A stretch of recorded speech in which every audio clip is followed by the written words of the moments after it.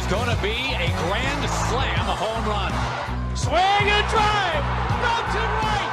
Welcome to the show.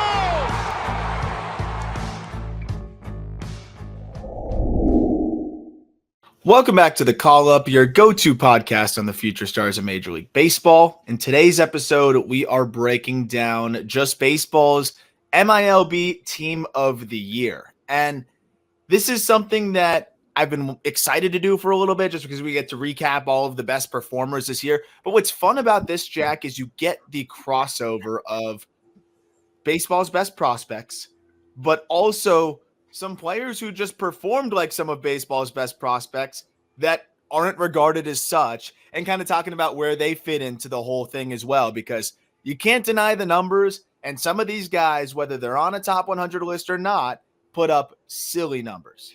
This is the only podcast that is going to mention Roman Anthony and Lucan Baker in the same breath. And this is totally a culmination. And we kind of said that in the intro to the article, the accompanying article, which you can follow along at justbaseball.com if you want. You can also follow along here on YouTube. But the way we kind of worded it off the top was, yes, you prefer to put the top prospects on the team of the year, but you also have to acknowledge statistical importance. And that was the ultimate trump card where, there are some young guys that were doing things at AA that got the nod over a slightly older guy at the same level, sure, or, maybe somebody with a bit more prospect intrigue. But at the end of the day, the numbers are the numbers. So Blake Dunn, yes, he's on this team. Lucan Baker, yes, he's on this team. Do those guys have top 100 prospect intrigue?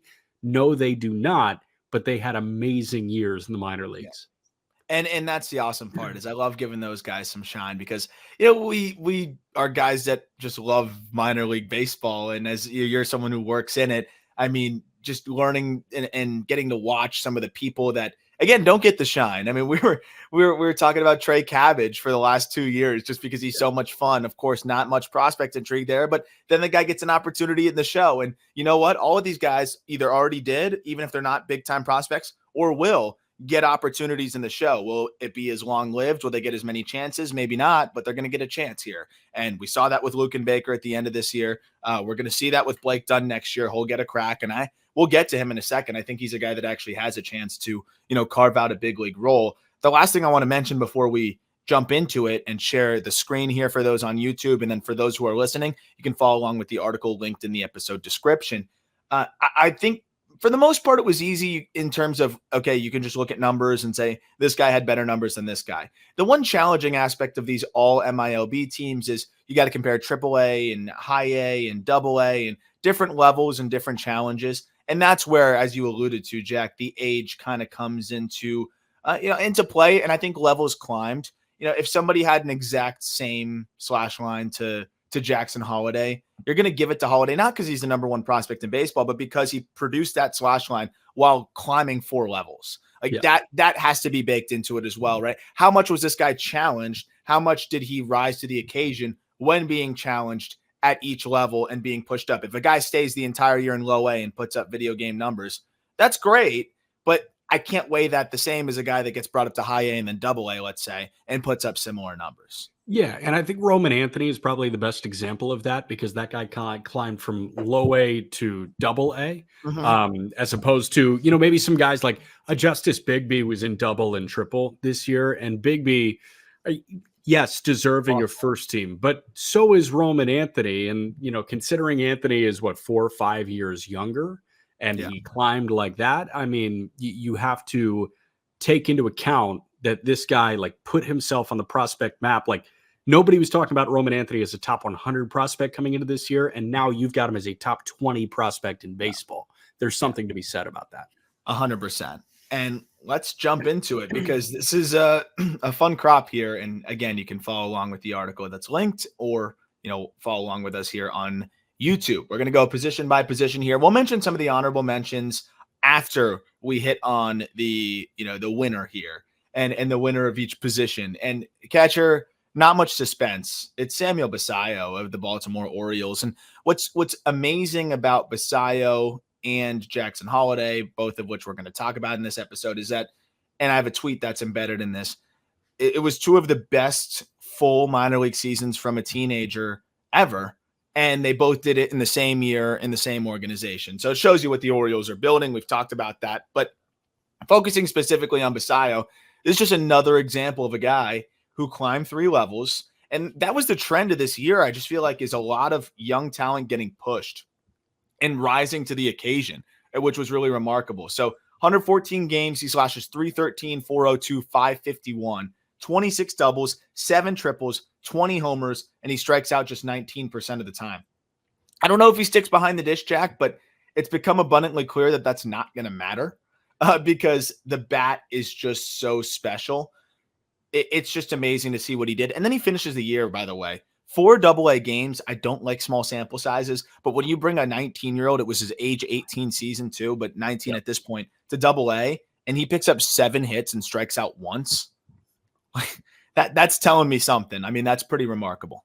Yeah, I had some, not hyperbole, I had some lofty expectations for Basayo that I made clear on this show a couple of weeks ago. I think that this guy, maybe next year, is the best power hitting prospect in the minor leagues because of the age, because of the level. And I don't care if he's catching or playing first base in that case. Like, the bat is amazing. Nobody this big should be hitting 7 triples and swiping 12 bags. But that's what this guy, he's a big dude that motors exceptionally well. He's a freak of nature. And Basayo, Holiday's the best of the bunch, but this Orioles system is far and away the best system in baseball. Yes, because of Holiday. Yes, because of Cowser and Kjerstad and Westberg and Ortiz. But Basayo, man, I mean, this guy was hardly off the complex coming into this year, and everybody said, watch out for this kid. And we get 114 games, and we know what we were watching out for. I mean, 50 games to close the season out, Jack. 335, and this is as he's rising up, right? 335, 454, 653 slash line. That's an 1107 OPS, 16% walk rate, 19% K rate. He's amazing. I'm trying to figure out how far we can push this guy up our top 100, final list here in 2023, which is just about close to finished here. We've been trying to iron out the last couple players who are going to sneak in here, some names that may surprise people. But I'm also kind of stressed about how high can we push some of these guys up, because I'm really just trying to think about it from the standpoint of this. How many prospects am I taking over Samuel Basayo if I'm building a franchise? And I don't know if there's 30. I don't think there are. Well, catching prospects, how many are there? Even less. Well, yeah, I hope so. I mean, but of course, I mean, that's a cop-out answer. But a couple, if that. Jefferson Caro, I think, is the one that comes to my mind. But I mean, Caro limped to the finish line, and Basayo, but the difference is Caro's a true catcher, right? And that's where it gets a little tough. But so I mean, it's so awesome to see. And you got to look at Basayo like you did Tyler Soderstrom, where that's exactly the name I had in my mind. I'm so glad you said that. That's exactly. It's so funny that we're getting Kid Cudi ads, by the way, on the website, because I'm going to that concert on Friday. Are you? Yeah, I am going. So they know. I think it's targeted even on our own website, which is wild. I love that. It's actually pretty nice. Nice picture there on the article. But yeah, it's got to be exactly from the Soderstrom cloth. But to that point, if we're using the Just Baseball precedent, Soderstrom was high on our list, and that was off the bat. So Basayo's got to be in that same equation. To me, the bat is reminiscent of a Tristan Casas, and I think when you have that kind of offensive ability, that's a top 20 prospect, top 20 prospect. So it'll be fun. Do want to shout out the honorable mentions here, because we're not going just one at each position and move on. We didn't do a second team and a third team because, there are guys like, if we could, and if we had the time and the bandwidth, we would have put together 5th and 6th teams. But that's the thing. And there's just so many guys. And once I get to second and third team, I get even more stressed about because then this guy wasn't even third team. Like, he's not even there. Yeah. So we kind of noted everybody that needs to be noted. And our honorable mentions at the catching position were Andrew Cassetti with the Twins, who had an exceptional year. Jefferson Caro, you mentioned, limped to the finish line, but this guy was a teenager / 20 years old in AA with those tack balls and held his own and looks like a top 3 catching prospect in baseball. Dalton Rushing rolled out of bed and walked. Tyrone Lorenzo, both those guys with the Dodgers. Lorenzo was a guy that he was fake name category coming into this year, but spent the year with Rancho Cucamonga at the low A level. And this guy was incredible. And then Ben Rice, limited sample with the Yankees, but this guy put up an OPS closer to 1,100 than 1,000. So those were our honorable mentions. Yep. And I mean, all of which had great years. Rushing battled some concussion issues, which kind of, I think, gave him a little bit of a lull in the middle of the season where he was slumping. And I really do think it was exactly that. It was just an uncharacteristic slump from him. Caro, I think, just got fatigued at the end of the year. He was catching almost every day in Double-A, raking and doing all those things. Cassetti's one of the most underrated catching prospects in baseball. Rice, bat first, probably not catching. And then you mentioned Lorenzo is just a really exciting player there. The tweet here, it's so weird, and this shows you just like how much of a nerd I am with this kind of stuff. But this tweet, which for those who are just listening, it's highest OPS by teenage prospect since 2010, minimum 400 plate appearances in full season ball. Bo Bichette, 988 OPS in 2017. Edgar Caro, by the way, which is pretty funny. Not a guy you'd want to trade, right? 965 OPS in 2022 at low A. Samuel Basayo, 953 OPS, but that's in low A, high A, double A. Byron Buxton in 2013 and 944 between low A and high A. Jackson Holiday this past year between all the levels. We'll get to him. Will Myers and Mike Trout, both of which low A, high A. This just shows you how absurd of a year it's been from the two Orioles farmhand. But Sig Maydell, the assistant GM of the Orioles, quote tweeted this tweet and just said like, "Hey, would you look at that?" And honestly, that was one of the coolest things that I felt like happened to me. I just wanted to I saw that and I was like, no way. That made me more excited than the players themselves, I think, quote tweeting it. I don't know if that says something about me, but I thought that was awesome. So I appreciate Sig being social media active. Yeah, no, that's huge. And also, I love that he's taking victory laps on these guys, because if any farm system ever deserves a victory lap from the AGM, it's the 2023 Baltimore Orioles farm system. It was a tasteful one too. It was just like, hey, wow. Just like he said it, not me. Wouldn't you know? We fucking nailed it. Yeah, we're the best. Speaking of the best, dude, I'd argue Jonathan Aranda had the best minor league season if you look across the board. And that's what I'm going to ask you at the end, and I'm going to ask the listeners, and I'm going to ask those who are watching on YouTube or listening that want to tweet at us.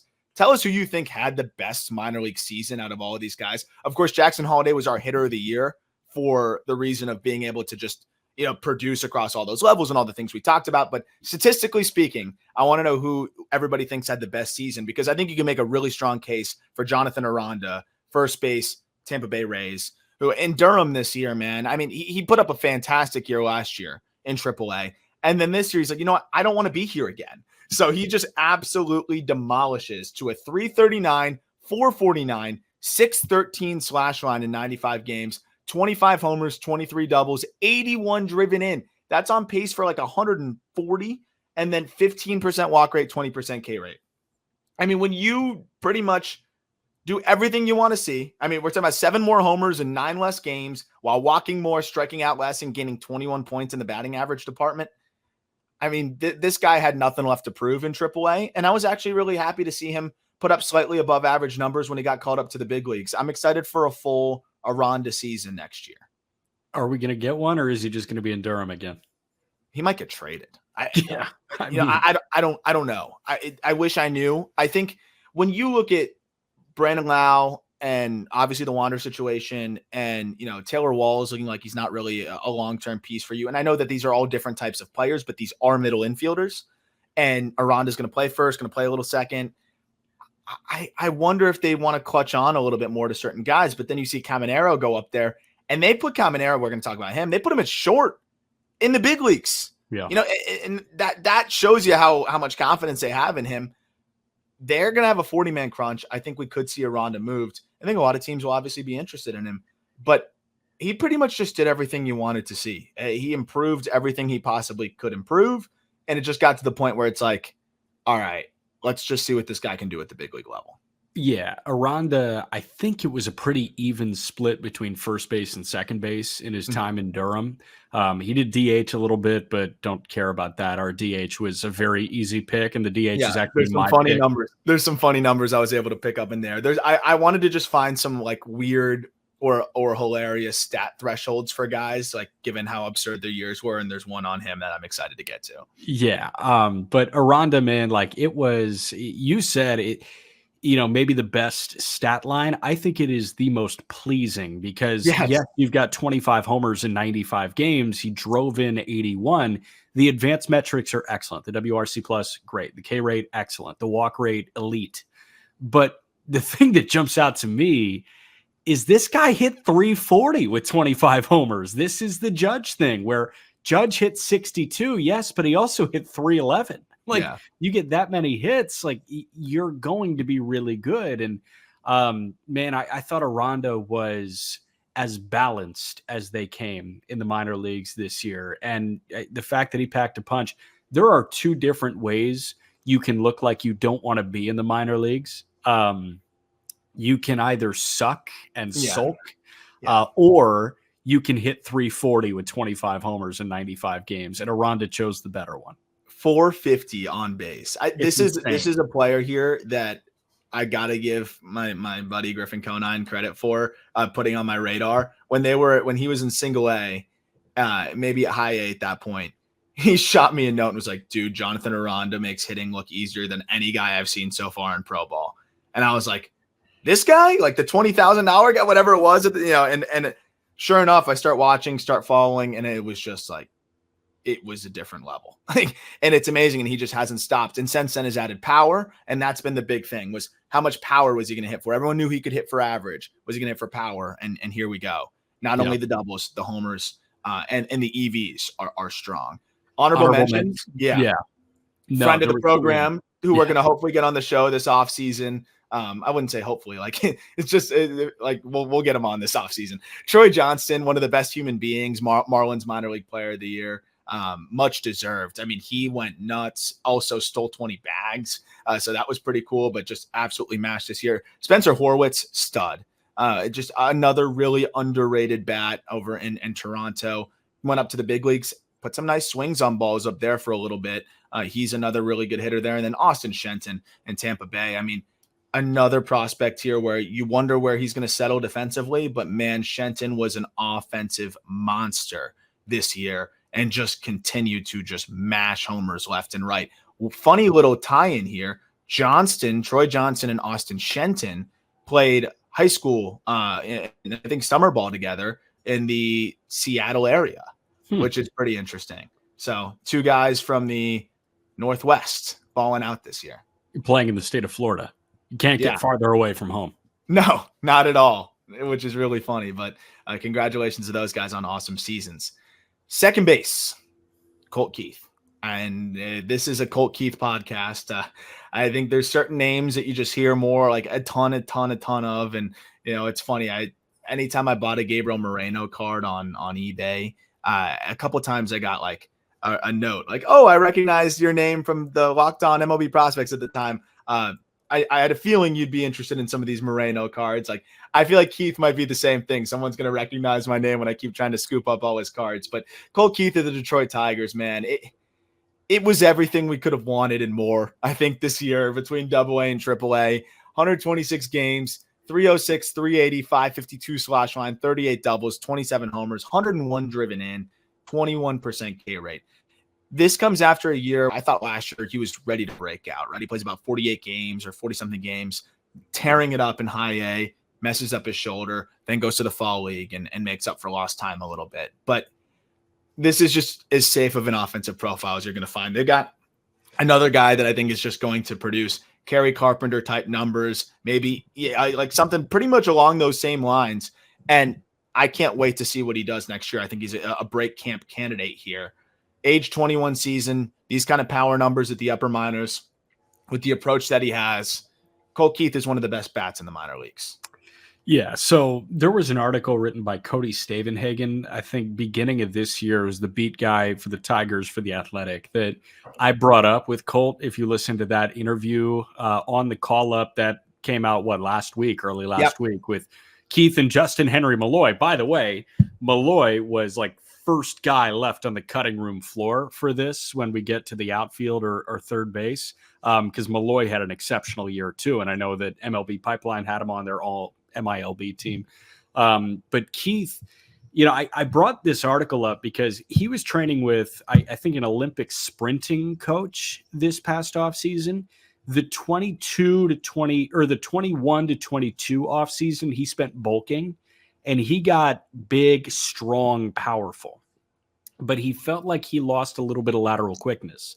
So he wanted to find that perfect body. And he found it by going through this Olympic sprinting regimen this offseason. And my favorite quote from that article was, "I threw up a lot." And like, this guy is just, shaking his hands, sitting next to him, seeing him operate in person for a week. You don't realize that this guy is 21 years old. He looks like he has the body of a 26-year-old that spent 7-8 years in a big league weight, program. He's amazing. And, we talked about the 30 homer, 100 RBI, 300 thresholds, and the fact that he got 2 of 3 and he was 3 homers shy of 30. It was a damn near perfect season for Colt Keith. Especially just being able to be challenged at Double-A there. I mean, again, we just mentioned he played in High A and only got to play a third of the season because he was hurt, and then gets an aggressive, assignment to Double-A. To your point, the work ethic. I mean, if you want to see how much power this guy added, just look at the power output from before that, going into 2021, 2022, and then now what we see. And you can see it in the EV department. You can see it across the board. But to regain some of that mobility was huge on the defensive side of things, as he's continued to try to solidify himself as a passable defender, at the second base position and or third. But I'm becoming even more of a fan of his by day. The interview you did with him is awesome. For those that want to check that out, go look a couple episodes back. That's audio only, though, for those who are on YouTube. But this is another break camp guy and another, I think, rookie of the year candidate next year if they allow him to come up early enough. They have no reason not to. He's can fit right in at second base there or somewhere in that infield and help them immediately. Some other second baseman, Tamar Johnson. I mean, he exceeded my expectations in a lot of ways this year. So much more power than I think a lot of people thought, a little bit more whiff, but he hedged that and got better and better and was really, really awesome in that Pirates system. Xavier Edwards for the Marlins. I mean, there was a span where he was like Luis Arias light in AAA, just hitting 400, basically never striking out, slowed down a little bit, but still put up ridiculous numbers, got called up to the big leagues and helped the Marlins make a little bit of a playoff push there. And then Thomas Ajazi. I mean, this is also a Thomas Ajazi pod.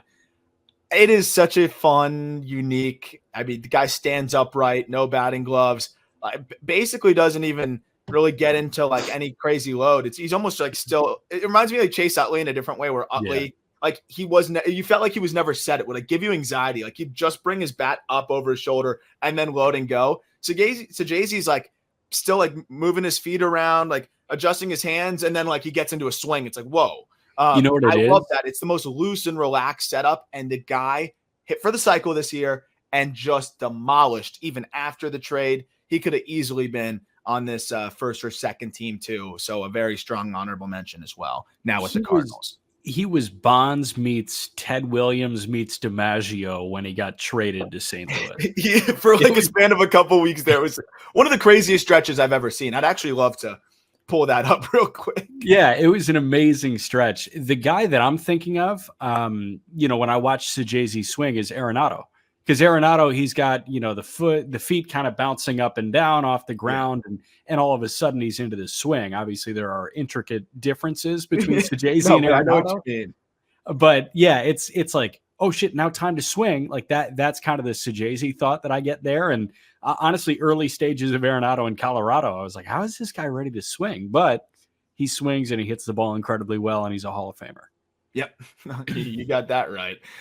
So Jay-Z, I mean, there was some like tweener aspects to the underlying data, and then down the stretch just started to make a ton more contact. When he got to AAA, I think that really worked in his favor too, as he's an aggressive hitter, encouraged him to shrink the zone a little bit, which was nice to see. Started walking more, and all of a sudden the hit tool looked like it was trending well above average, and all of a sudden the contact rates are really good. I have a 17 game span after the trade here where he hit 359, 447, 750. Perfect. 750 slug in 17 games, 6 homers. So, he was the best hitter in minor league baseball following that trade, which was really cool to see.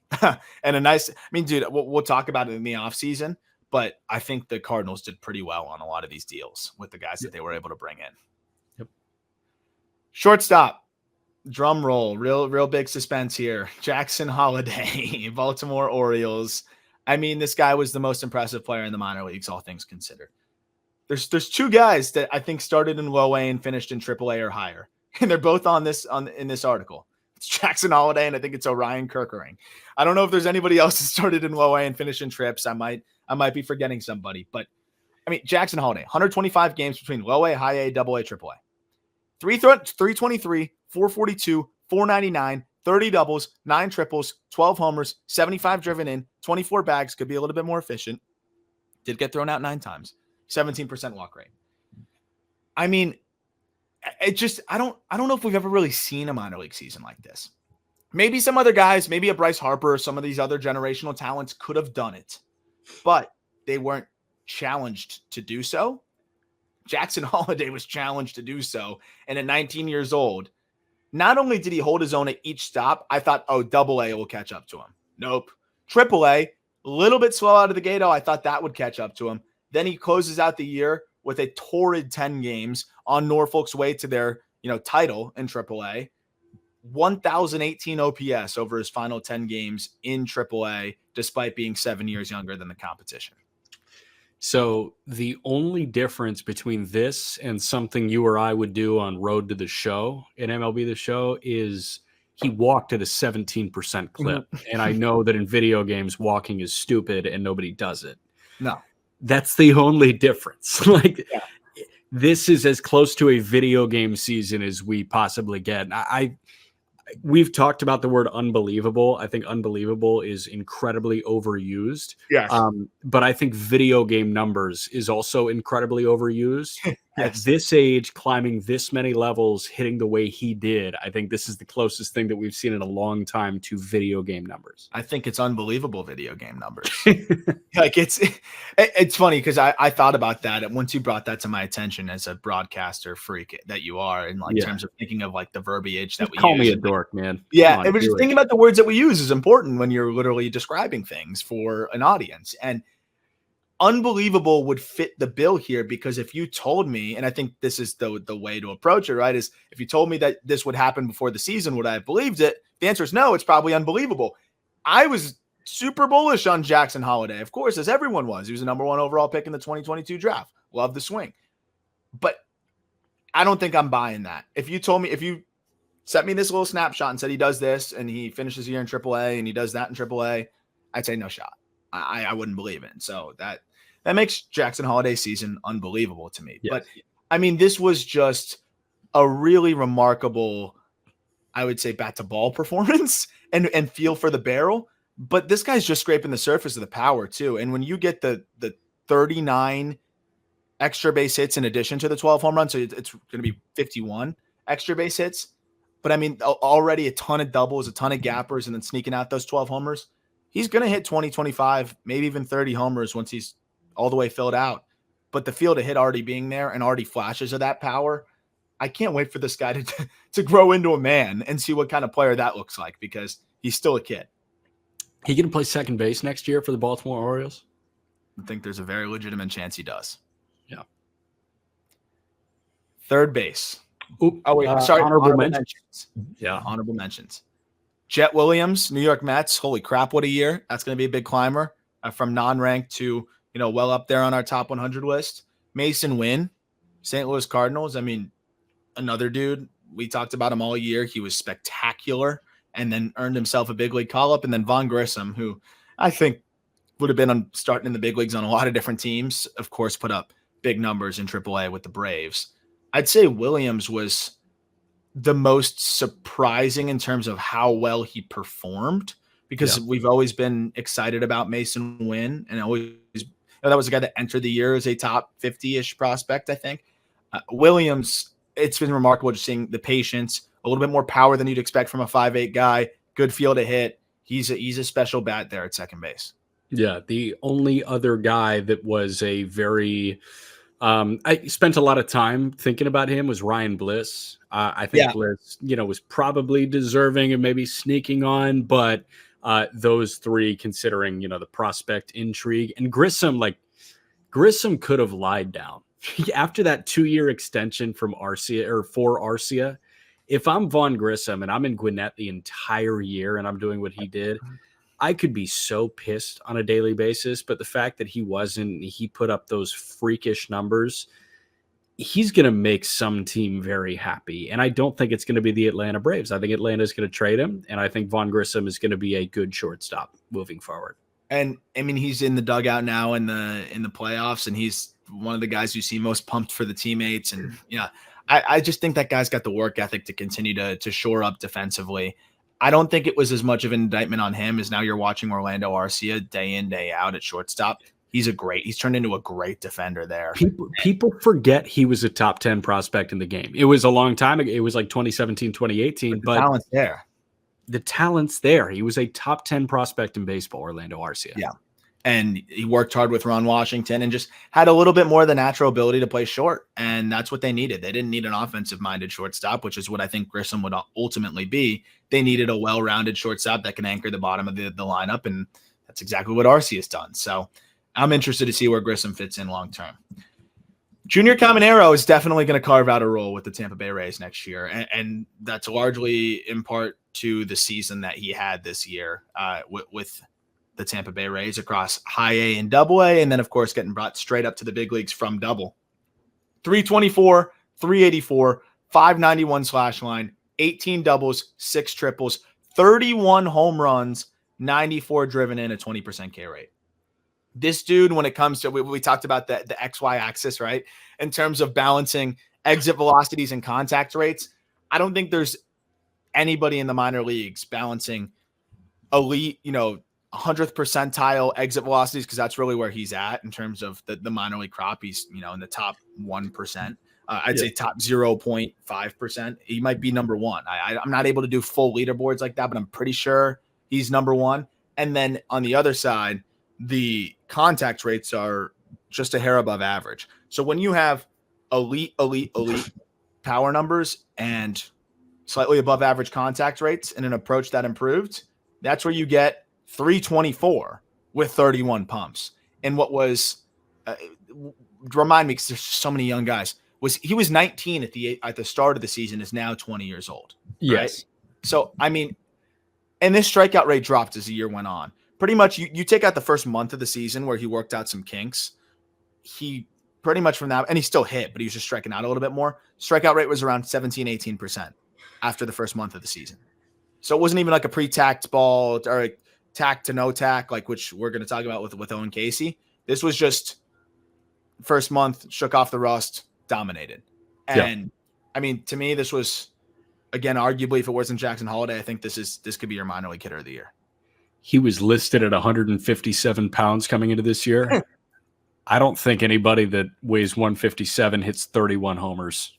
Or has a 90th percentile exit velocity of 110. He's a freak of nature. And I think that, we got to see that. That was Peter's big takeaway at the Futures game, was like, wow, that dude's huge. And it's like, yeah, guess what? He just turned 20, literally last week. He turned 20 on July 5th.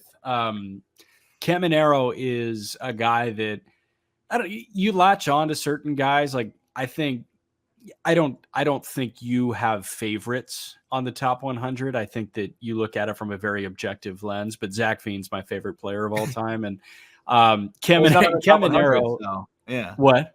He said he's not on the top 100. So yeah, he will be next year. And when he has a 50 homer season at Coors in 2027, he'll be, we'll be kicking ourselves. But Caminero, I think, became one of my favorite prospects in the minor leagues this year, because it's so much fun to watch the ball fly off his bat, and the sound is different. There's just something satisfying about it. There's certain players where it's just a different level of satisfying to watch them connect with the baseball, and I'm with you. I mean, Caminero, the kind of whip that he generates and the finish with his swing, and you just watch that ball take off. There was the one he hit over the scoreboard, and it's just, I could watch it over and over and over. And I think that it's not unique to us. Like, I think he's going to captivate the MLB and larger baseball audience, the way he's captivated the prospect community over the last year. And of course provides nightmares to Cleveland fans because geez, would that, I feel so bad for Cleveland Guardian fans. That would just,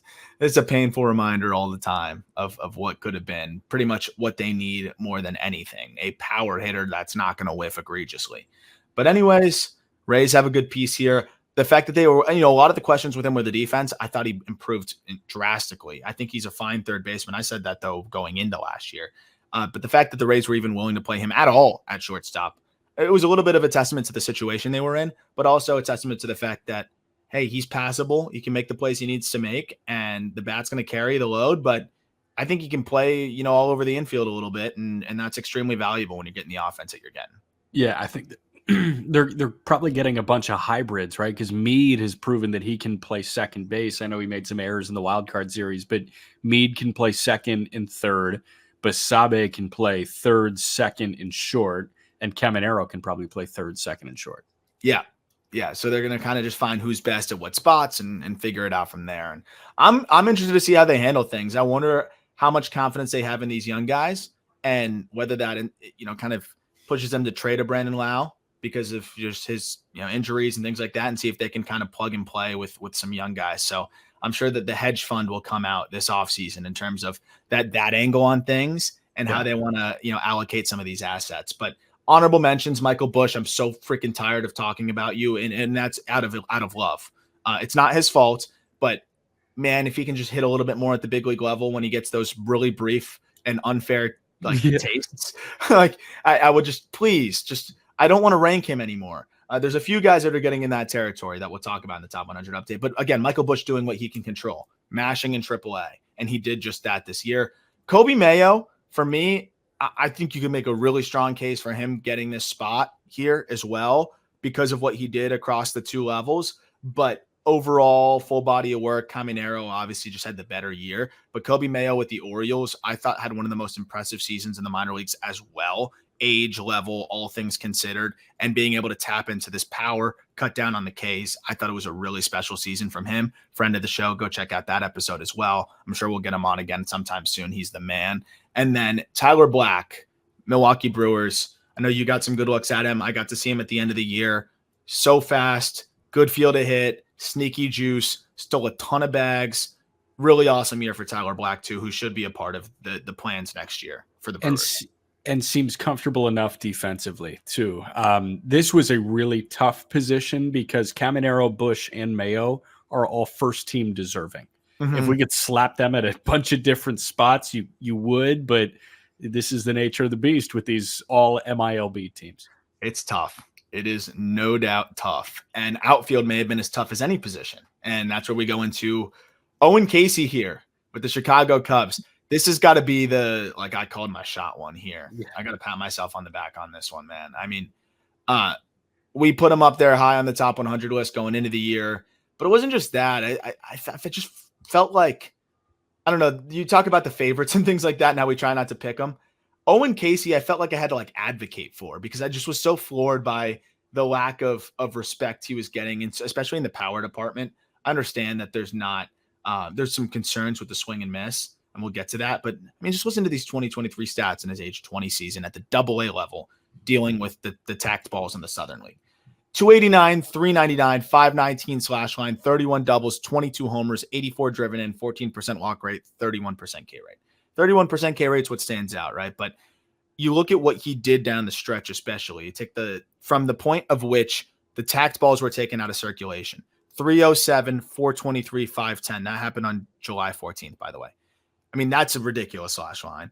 16% walk rate, 28% K rate.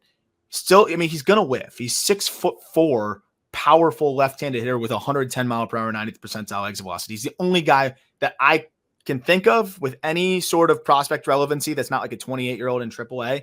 And even then, I don't know if there was anybody in that department with a 90th percentile exit velocity within shouting distance, or pretty much at the same level of Junior Caminero in the minor leagues. So, I mean, KC was an offensive machine this year, just crushed home runs left and right. I thought could have hit from even more power this year, but a lot of doubles instead. But I mean, he was just so good, and to me is one of the best power hitters in the minor leagues when you take the production, the EVs, and the age and the level all into consideration, and still more projection there.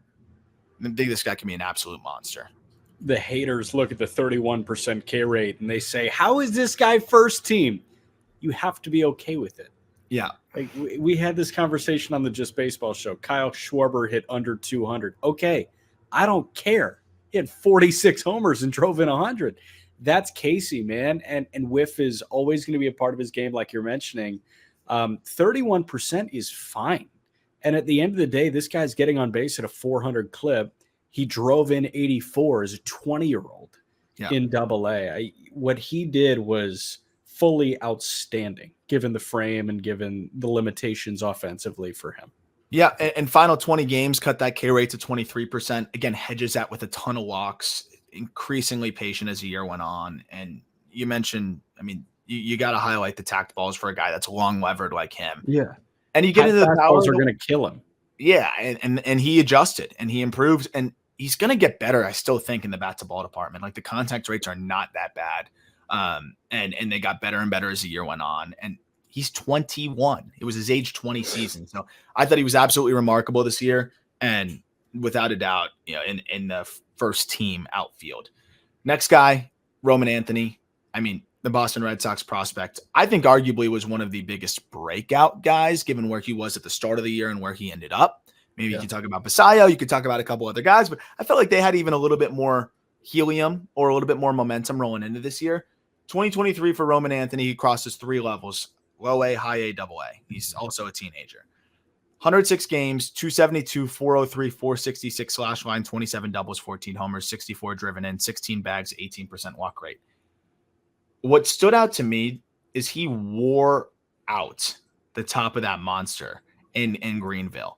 Oppo power, that's going to translate to Fenway as well. But then when he needed something to turn on something middle in, you'd see some light tower shots. Extremely patient, runs like a 19-20% chase rate. That's what helped him walk so much. And that's what helped him get on base at a 403 clip.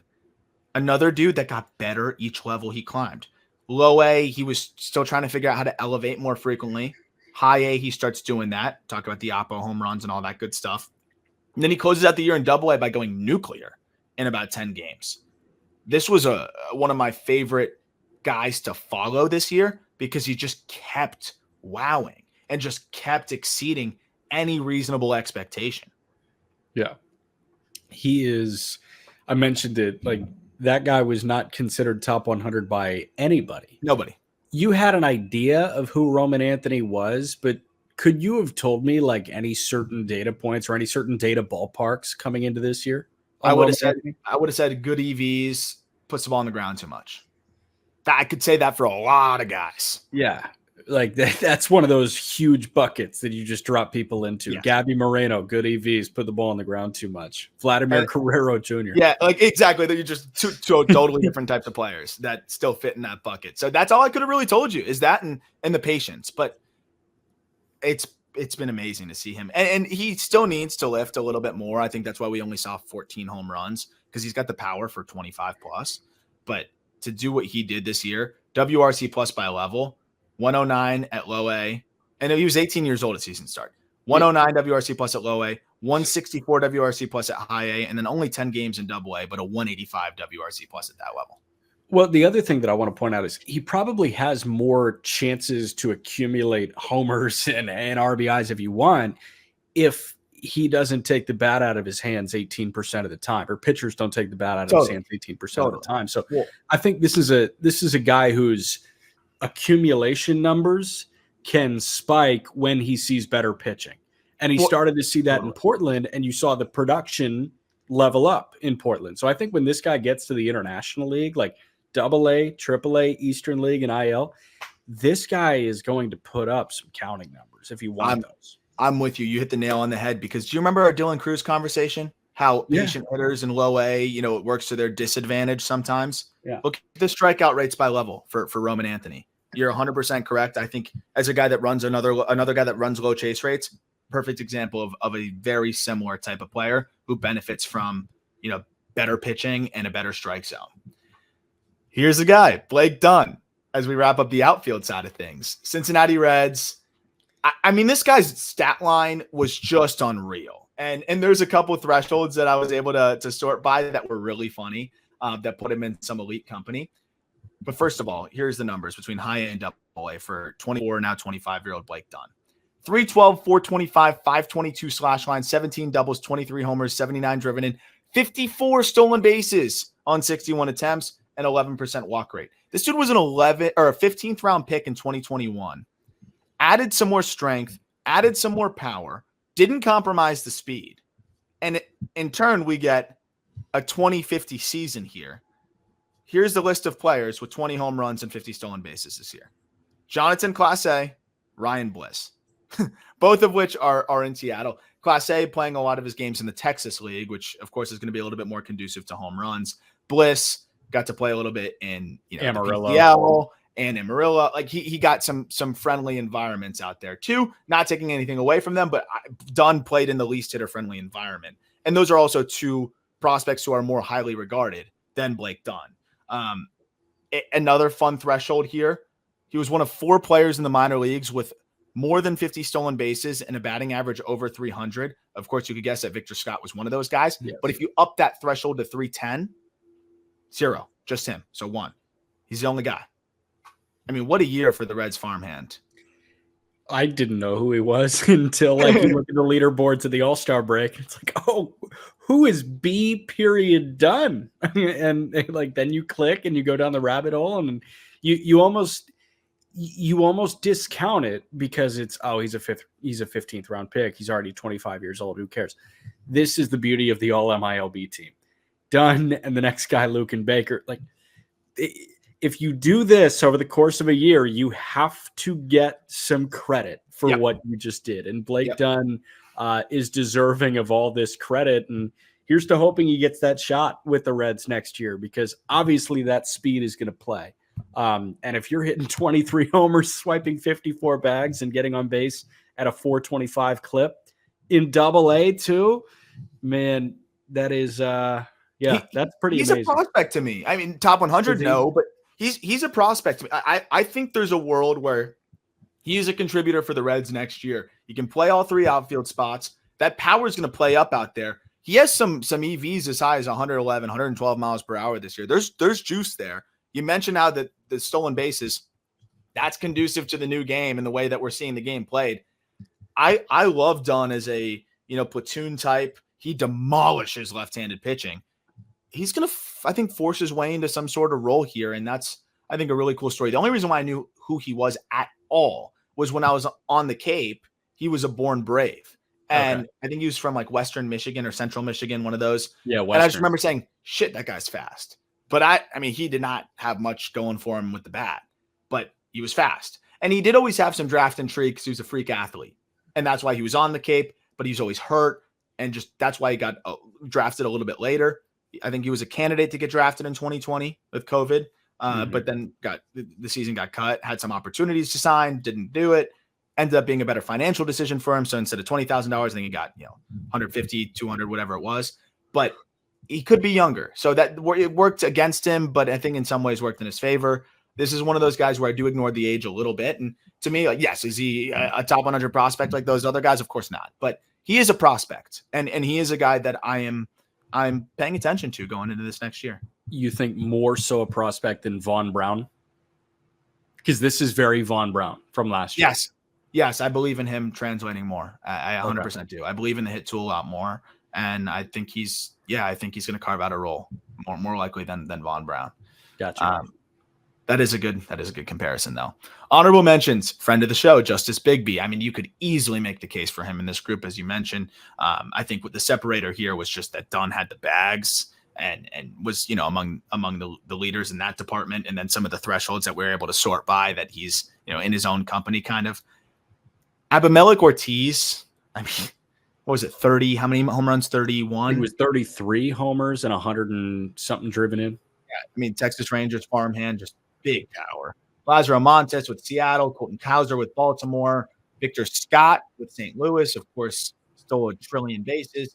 Eston Kerstad with Baltimore, Sedon Rafaela with Boston, Pico Armstrong with Chicago, and then somehow Wyatt Langford was good enough to put himself on this list. And I was going to say, sorry, I was going to say, like, when I was putting together this honorable mention group, I went back and I was like, how fucked would it be if I put Wyatt Langford on here? But he was fully deserving of it. What? So, I mean, you have to put him in there. What he did. I don't care if it was only for a couple months. He was one of the most impressive. He was the most impressive minor league player for pretty much the entirety of him being in the minor leagues. Yeah. Got to be worth something. Yeah. Luken Baker in the designated hitter spot before we wrap up with pitchers. This guy mashed 84 games, 334, 440, 720 for the Cardinals AAA affiliate, 22 doubles, 33 homers, 98 driven in, 16% walk rate, 20% K rate. Couple fun Luken Baker stats. He averaged a home run every 2.5 games or every 9.5 at-bats.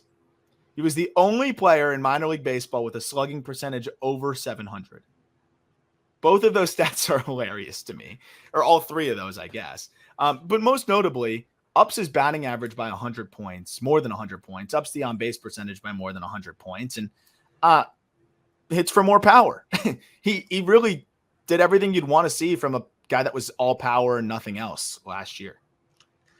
I think he was the Gatorade National Player of the Year when he was coming out of high school, and he was doing both at TCU. He was pitching and hitting.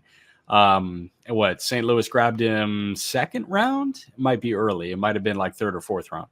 But Baker, you think Aranda is the guy that had the best statistical season in minor league baseball? I counter with 334, 33 homers and 98 driven in 84 games. Yeah. This one's pretty crazy. 720 slug is just hilarious. I think the next highest was Junior Severino at 680. Okay, by the way, Junior Severino is a guy to watch in the Twins organization. He hits bombs. He hits nukes. Honorable mentions kind of tie in with the other positions that we talked about, of course. So that's kind of how that fit in there. On the pitching side, this is our minor league pitcher of the year. Robbie Snelling, man. He was awesome. And the Padres do it again. They draft like the best of them. It's unbelievable. And Robbie Snelling, we've talked about him a bunch on the pod, but 22 starts between low A, high A, double A. Guy goes 11-3, a 1.82 ERA, 103 2/3 innings, a 1.12 whip, 10 Ks per 9, 3 walks per 9. We talked about the Power 5 offers he had as a linebacker. We talk about all the things that he was able to do on the football field. It translates on the mound to athleticism. And you pair that athleticism with polish, a 3-pitch mix that he fills the strike zone up with. 1.57 ERA through 51 2/3 innings at low A. That was his pro debut, by the way. No complex, nothing. That was his pro debut. Then they bump him up to high A.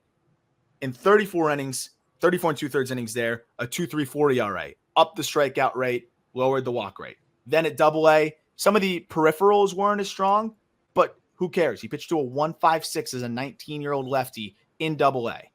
He's one of baseball's best pitching prospects, period. And you can make the case that he's baseball's best southpaw. If you wanted to go that direction, I wouldn't knock anybody. I'm manifesting it now. He's going to be on the show this offseason, and I cannot wait to ask him so many questions. He followed the Just Baseball Instagram, and I sent him a note. I'm Snelling did? Yeah, I sent him a note. Congratulations. But hopefully he'll come on there. So I'll see if he gets back to us on that one. But we can push some buttons. We can try to get Snelling on here because I just want to pick his brain, man. He had a special year, and he's just a unique athlete. Yeah. But yeah, this was a really fun year. I'm looking forward to getting him on here. We're just gonna talk football with him. Is that you just want to talk college football with him? I don't think so. I think I wanted to talk pitching with him, but we can have some football conversation with him as well. I thought you were going to hit him with the same question you asked Quinn Priester. How many yards he throw for at Ohio State's offense or something like that. But obviously, hey, come on. He did have a good answer, though. He did have a good answer. So we'll see if Robbie has a great question. No, I do wonder how much Snelling misses football at this point when you can just go on the mound, not get hit, and shove. Right. He's shoved. Yeah. Drew Thorpe. This guy was spectacular. Yeah. Yankees farmhand, second round pick, 2022, 23 starts, 14-2, a 2.52 ERA, 139 innings, a 0.98 whip, 11.8 Ks per nine, 2.5 walks per nine. This is a really aesthetically pleasing stat line because no walks, a lot of Ks, low ERA, sign me up.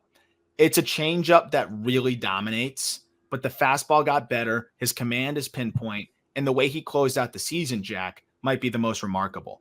Gets up to AA, and I'm like, okay. Fastball changeup guys, sometimes when they get to more challenging levels, it's not as good, right? They start to get hit a little bit harder. Not if you have the command that he has and the cutter that he has. So he goes to AA, 30 innings, 1.48 ERA, strikes out 44 and walks 5. Yeah.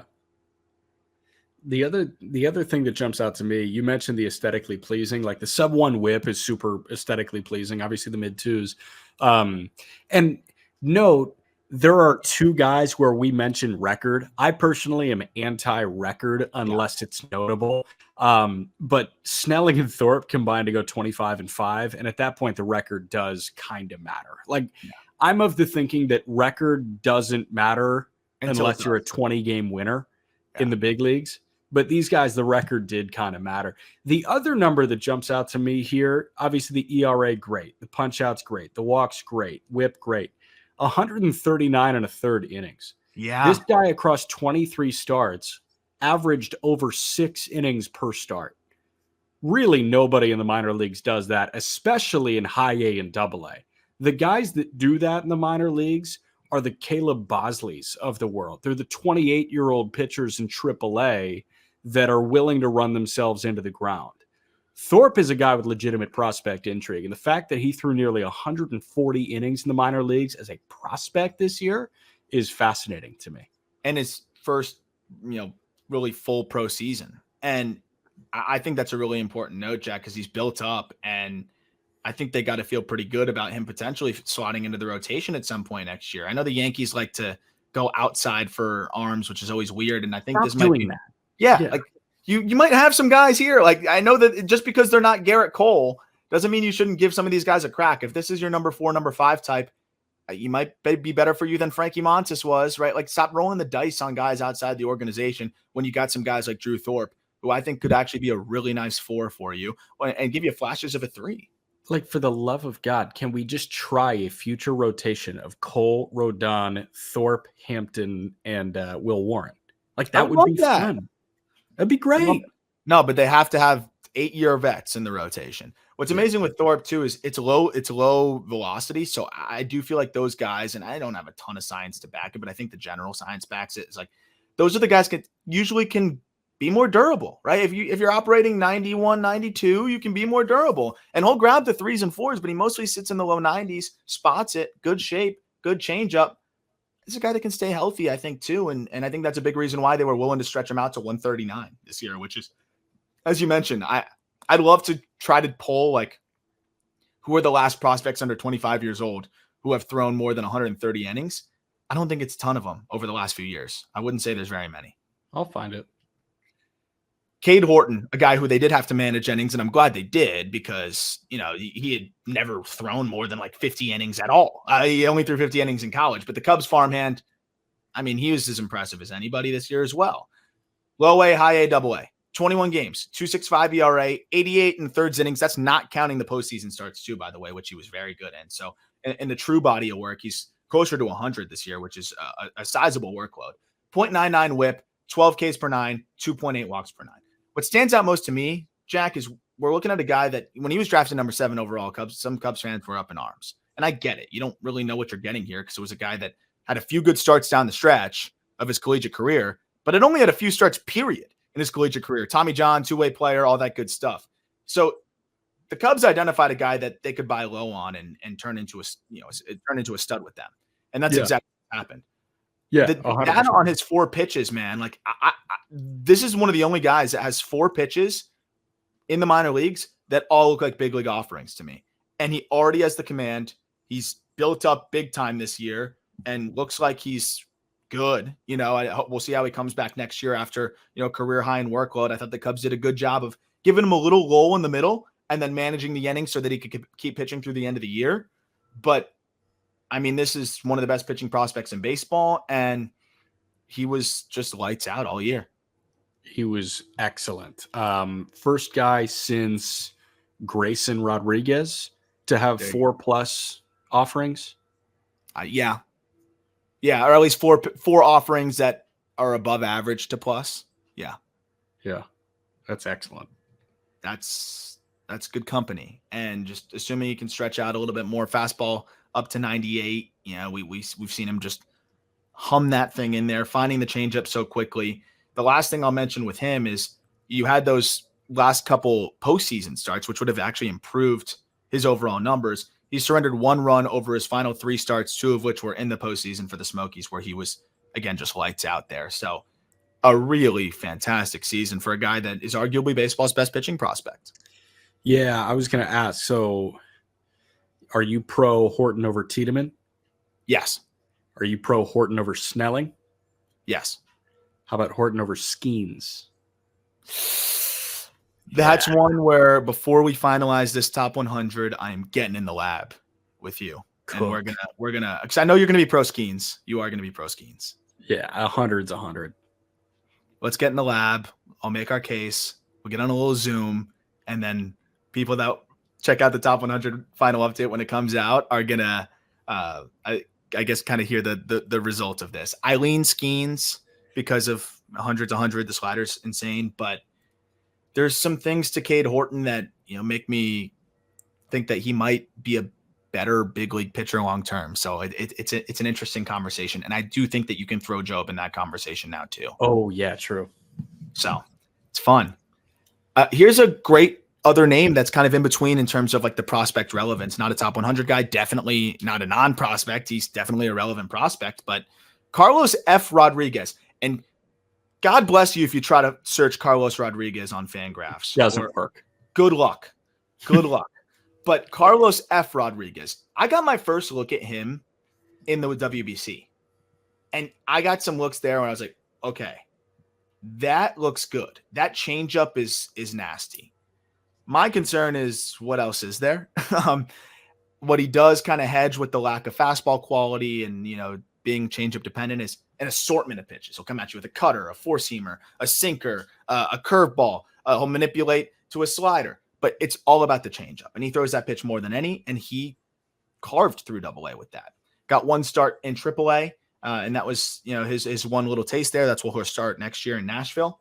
But a 2.88 ERA in 26 starts, 128 innings, another guy who built up. It seems to be that these lower velocity guys, they're more willing to, you know, let go a little bit. A 1.12 whip, 11 Ks per 9, 4 walks per 9. I mean, you take out the 1 AAA start where he has the welcome to AAA, it's a 2.77 ERA. And that's fantastic stuff from Rodriguez, who it looks like he could be a nice little, you know, back end of the rotation piece for them. Still very young at 21, so we'll see if he gets an uptick in velocity as well. That was the other thing that jumped out to me, and I was thinking that there were, you know, maybe some other guys that could have cracked the first team over Carlos Rodriguez, but then I remembered that he's a 21-year-old that put up a sub-3 in AA across that many innings. If he was 24, he's probably not in the first team. He's not on he's an honorable mention, but he's 21 years old. So this guy, like, he might not even be done physically maturing. So the fastball could tick up, but man, that changeup was unhittable this year. I mean, it was really impressive. He had to rely on it a little bit too much at times, and I think that was the few times that he did get hit a little bit. But again, he was still incredibly effective, and I thought had a really strong season overall. And that changeup and the innings, again, you talk about the innings, 128 1/3 innings. When we're talking about best pitchers in the minor leagues, the guys that really had the big workload, I know that it's out of some guys' control, but you got to credit the guys that were out there and just doing it for 120 plus. I mean, you just don't see it that often. For sure. Last starter before we get to our 2 relievers, Chase McDermott, Baltimore Orioles. I mean, it's always been about the command for this guy. I know you're a big McDermott guy, chirp, chirp, Ball State, but this is somebody that even if the command was below average, he'd get outs and have a season like this. The command was below average this year, and he had a great year. If he can get the command to fringy, he'll be a middle of the rotation starter type. And there are some starts that I watched where he was darn right unhittable. And you see it in the overall numbers. 26 games, 22 starts, 3.10 ERA, 119 innings, 1.15 whip, 11.5 Ks per 9, 5 walks per 9. If it weren't for the walks, the whip would be sub 1 because opponents hit like a $170 off him this year. It's a pair of hammer breaking balls, a lively fastball, and a splitter as well. I mean, it's a nightmare. You're really not game planning for Chase McDermott. You're just kind of just trying to survive up there and work a walk. Again, opponents hit below the Mendoza line, a $167 against him. He closed out the year with a 2.11 ERA over his final 8 starts. And another fun Chase McDermott stat, he struck out at least 7 batters on a dozen occasions. I mean, that's half of his starts. He struck out a dozen batters, or he struck out at least 7 batters. That's insane. It's nasty stuff.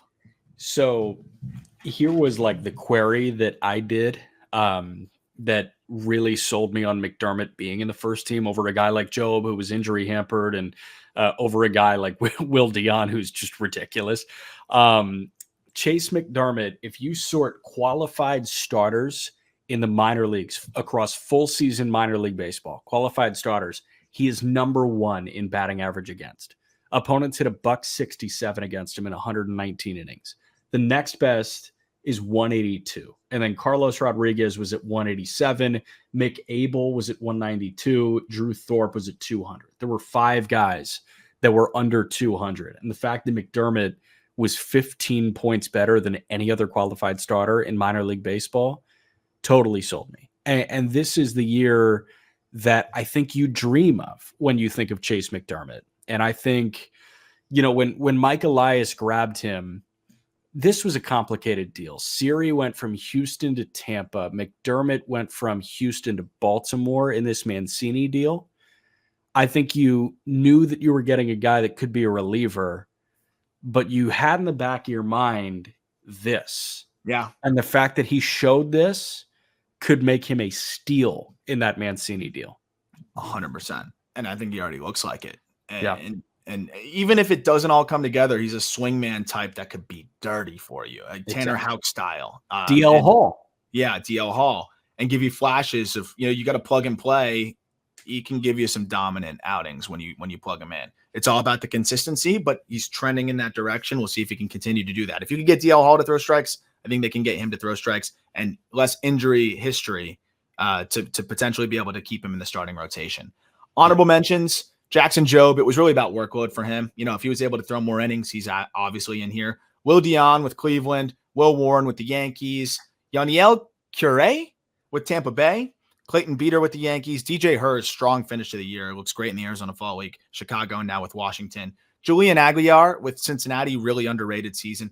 Alan Winans with Atlanta, really solid year. And Max Radchich with St. Louis, great year at the lower levels. Yep. Relief pitchers to wrap up on this episode. Orion Kerkering, we've talked about him on here. How often does a guy start in low A and finish the year pitching in the postseason, potentially in the World Series with the Philadelphia Phillies? 49 games, a 1.51 ERA, 53 and 2/3 innings, 0.89 whip, 13 Ks per 9, 2 walks per 9, 14 saves. All of those numbers would be better if you include the big league numbers, which is even more absurd. It's just wild. Now you understand why they drafted a reliever in the 5th round in 2022. They saw this. They saw an 80 slider. They saw a fastball that can touch 100. And they said, this is a guy that's going to be in our bullpen within the next 2 years.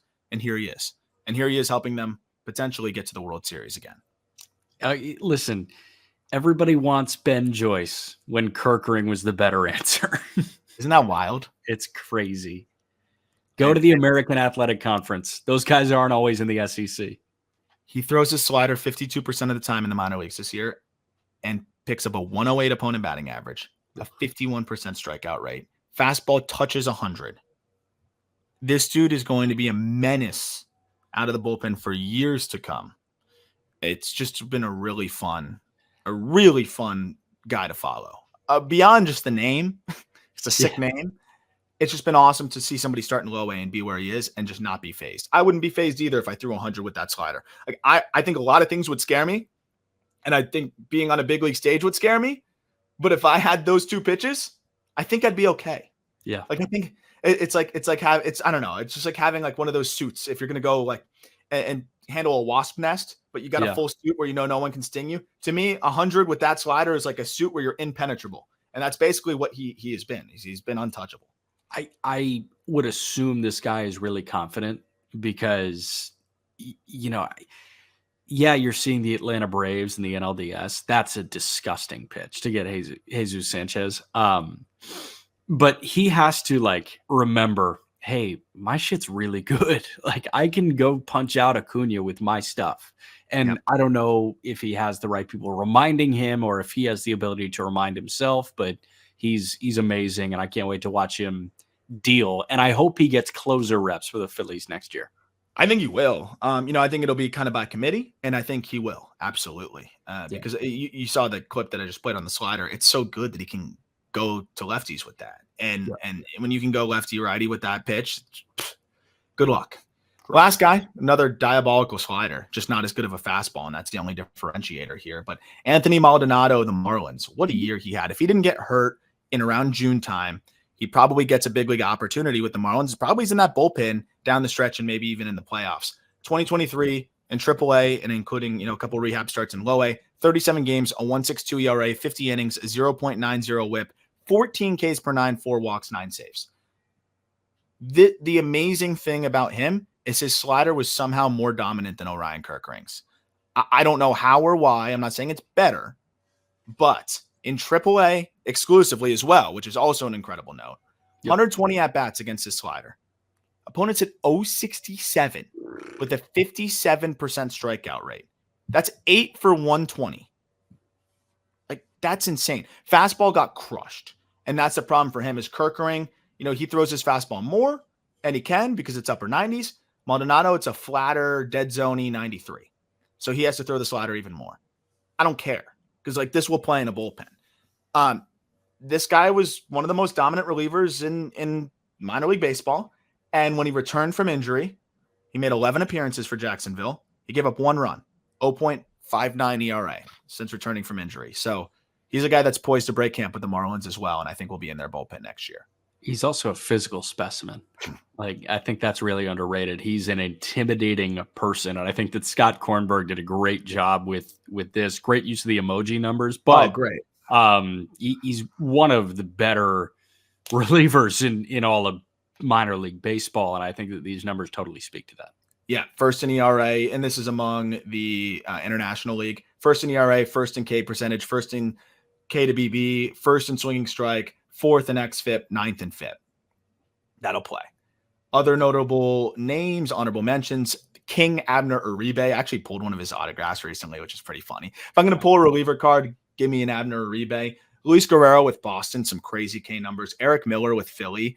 Great to see his name, kind of back in the fold again. Antoine Kelly, another name, with Texas. Nice to see him kind of back involved again. And then Lou Albert Arias with the Marlins. Crazy year at the lower levels. So that'll do it, man. This was a really fun piece to put together. I appreciate you helping me, compile these names here. And it was a lot of fun just going through this. Now we transition into top 100 finalizing time. And then also we're going to do a superlatives episode. I want to do, we like give out our own just baseball awards, but have more fun with it. It's not just gonna be like best hitter. It'll be best changeup, but best specific things, some funny things, some interesting things, and just try to have some fun with numbers and do some superlatives there. TBD on whether that's going to be before or after the top 100. We might do it baked into like some top 100 superlatives, but stay tuned for that. Please leave a rating and help us grow this podcast. If you could write a quick review, that would be awesome. If you're on YouTube, please subscribe. And again, you can check out the whole article linked in the episode description. We'll probably, if we don't check in at the end of the week with a little bit of top 100 conversation, we'll have something else, some Arizona Fall League updates, other things there. And at the very least, the top 100 will be finalized on Monday, but definitely looking forward to that. As always, thank you for listening. Look forward to talking prospects with you tomorrow or Friday.